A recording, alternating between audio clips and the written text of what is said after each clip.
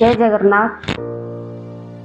इतिहास हमारी पहचान करवाता है ऐसी हस्तियों से जिनकी विचार, वीरता, उपलब्धियां और त्याग हमारे जीवन को प्रभावित कर एक नई दिशा देते हैं।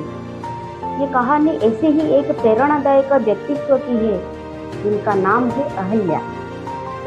18वीं शताब्दी में जब अधिकांश स्त्रियों का जीवन पर्दा प्रथा, बाल विवाह, सती प्रथा जैसी कृतियों में जकड़ा हुआ था, एक नन्हे से दिल ने उन स्त्रियों की पीड़ा को अपने भीतर महसूस किया और यही से आरंभ हुई एक मासूम सौभाग्य बालिका से समाज सुधारक, शासक, राजमाता, लोकमाता, पुण्य श्लोक देवी अहल्याबाई होलकर बनने की महान गाथा।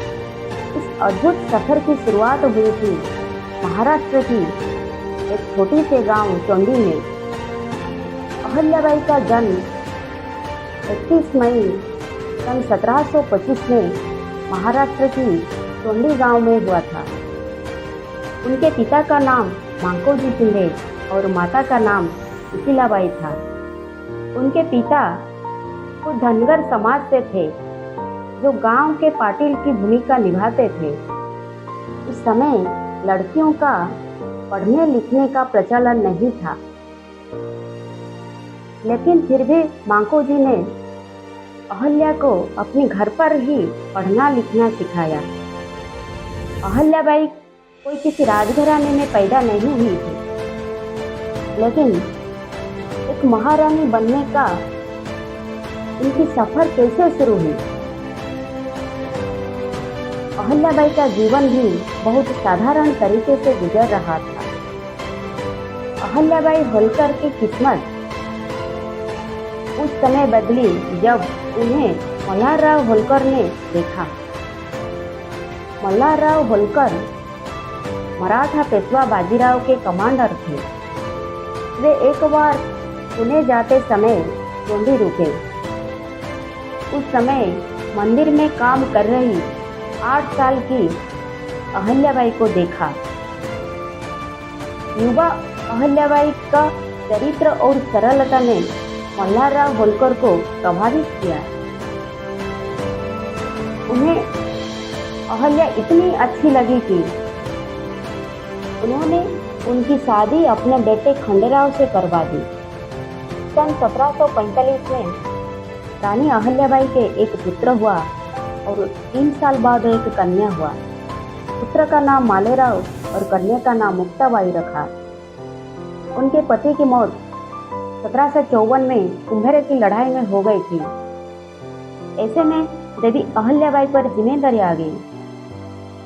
उन्होंने अपने ससुर के कहने पर न केवल सैन्य मामलों में और प्रशासनिक मामलों में भी रुचि दिखाई और प्रभावी तरीके से अंजाम दिया। अतः मल्हारराव होलकर के निधन के बाद रानी अहल्याबाई ने राज्य का शासनभार संभाला था। वे अपने उदारता और प्रजावत्सलता के लिए प्रसिद्ध हैं। उनके एक ही पुत्र था जो 1766 में दिवंगत हो गया। 1767 में अहल्याबाई ने तुकोजी होलकर को सेनापति के रूप में नियुक्त किया। उन्हें उनकी राजसी सेना का पूरा सहयोग मिला।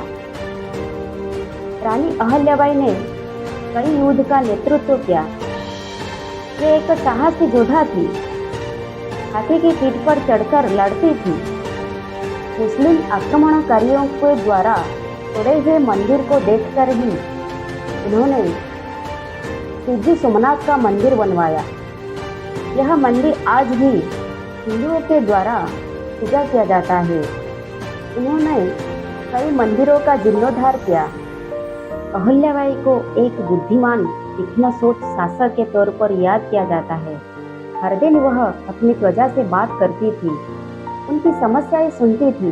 उनके कालखंड में रानी अहल्याबाई ने ऐसे कई काम किए कि लोग आज भी उनका नाम लेते हैं। अपने साम्राज्य को उन्होंने समृद्ध बनाया। एक महिला होने के नाते उन्होंने विधवा महिला को अपने पति की संपत्ति को हासिल करने और बेटे को गोद लेने में मदद की। वे नारी शक्ति, धर्म, साहस, वीरता, न्याय, प्रशासन, राजतंत्र की मिसाल है। उन्होंने होलकर साम्राज्य की प्रजा को एक पुत्र की भांति लालन पालन किया तथा उन्हें सदैव असीम स्नेह बांधती रही। इस कारण प्रजा के हृदय में उनका स्थान एक महारानी की बजाय देवी एवं लोकमाता का सदैव रहा। वह अंधेरे में प्रकाश खिराने की समान थे। अपने उत्कृष्ट विचार और नैतिक आचरण के चलते ही समाज में उन्हें देवी का दर्जा मिला। अहल्याबाई होलकर ने सदैव आत्मा का जीवन दिया।